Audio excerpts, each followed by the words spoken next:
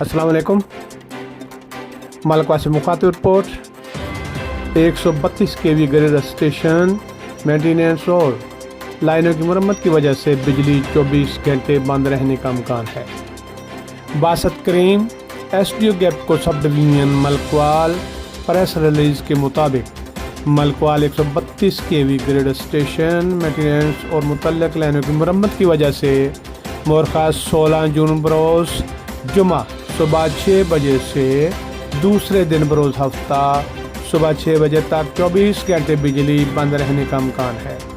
इस वजह से मलकवाल सिटी, मलकवाल, इस्लामपुरा मोड़ शुमारी आला फीडर मुतासर होंगे। मुतासरा फीडर्स के सार्फिन बिजली को कबल अज़ वक्त इतला की जाती है